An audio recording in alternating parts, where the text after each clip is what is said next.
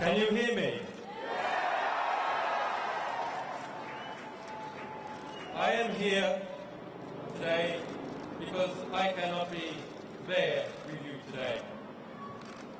But thank you for coming. Thank you for your resolve, your generosity of spirit. On Wednesday night, after a threat was sent to this embassy and police descended on this building, you came out in the middle of the night to watch over it.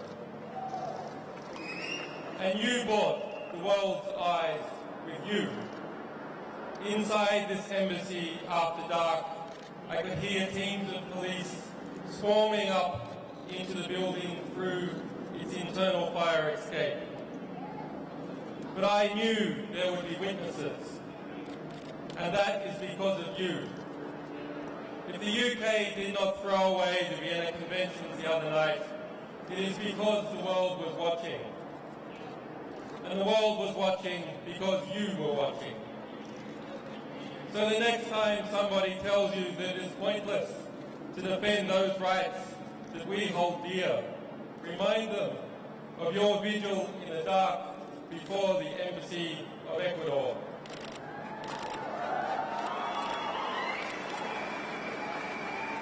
Remind them how, in the morning, the sun came up on a different world and a courageous Latin American nation took a stand for justice.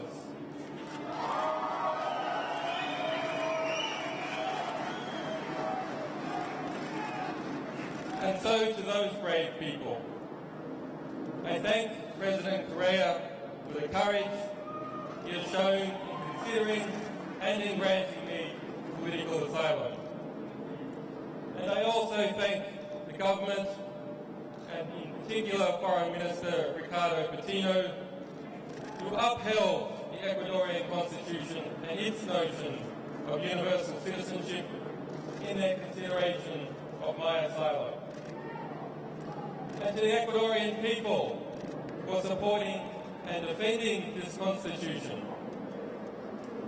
And I also have a debt of gratitude to the staff of this embassy, whose families live in London, and who have shown me hospitality and kindness despite the threats we all received.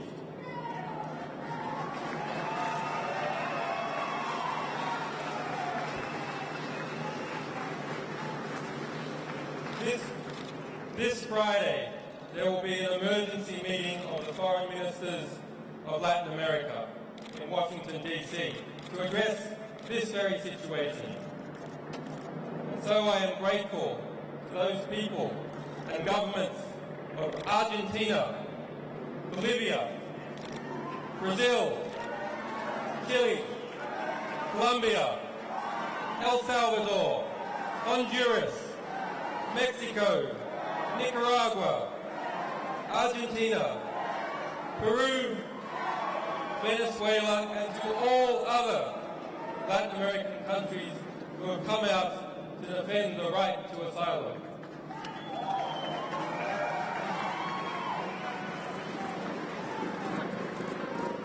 And to the people of the United States, the United Kingdom, Sweden, and Australia, who have supported me in strength, even when their governments have not.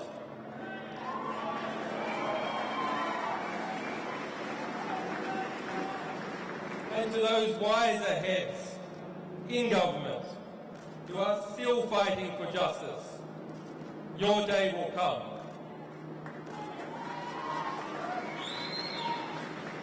To the staff, supporters, and sources of Wikileaks, whose courage and commitment and loyalty has seen no equal.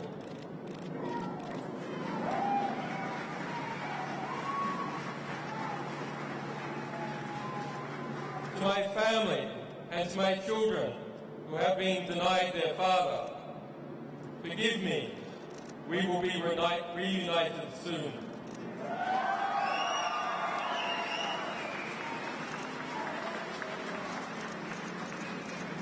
As Wikileaks stands under threat, so does the freedom of expression and the health of all our societies.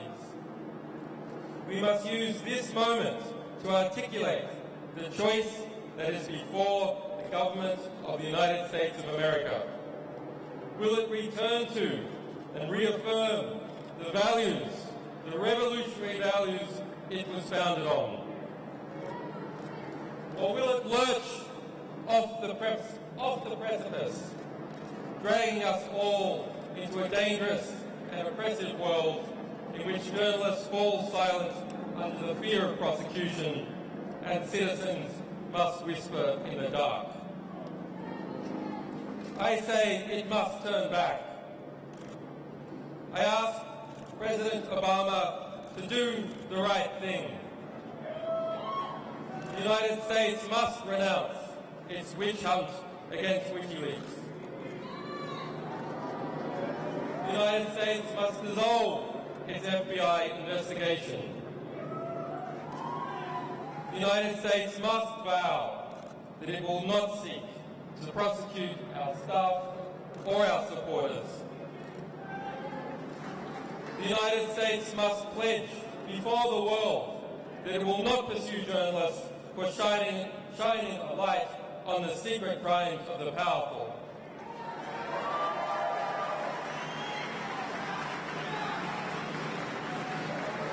There must be no more foolish talk about prosecuting any media organisation, be it Wikileaks or be it the New York Times. The US administration's war on whistleblowers must end. Thomas Drake, William Binney, John Kirikou, and other heroic whistleblowers must be pardoned or compensated for the hardships they have endured as servants of the public record.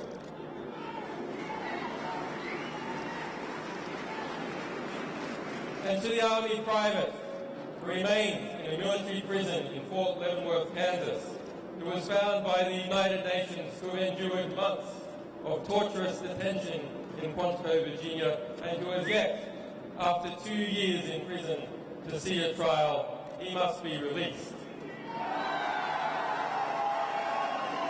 Bradley Manning must be released.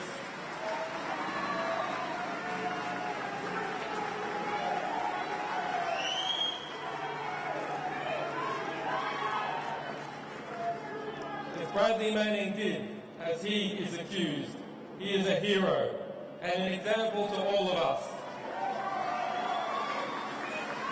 and one of the world's foremost political prisoners. Bradley Manning must be released. On Wednesday, Bradley Manning spent his 815th day of detention without trial. The legal maximum is 120 days. On Thursday, my friend Nabil Rajab, president of the Bahrain Human Rights Centre, was sentenced to 3 years in prison for a tweet. On Friday, a Russian band was sentenced to 2 years in jail for a political performance. There is unity in the oppression. There must be absolute unity and determination in the response.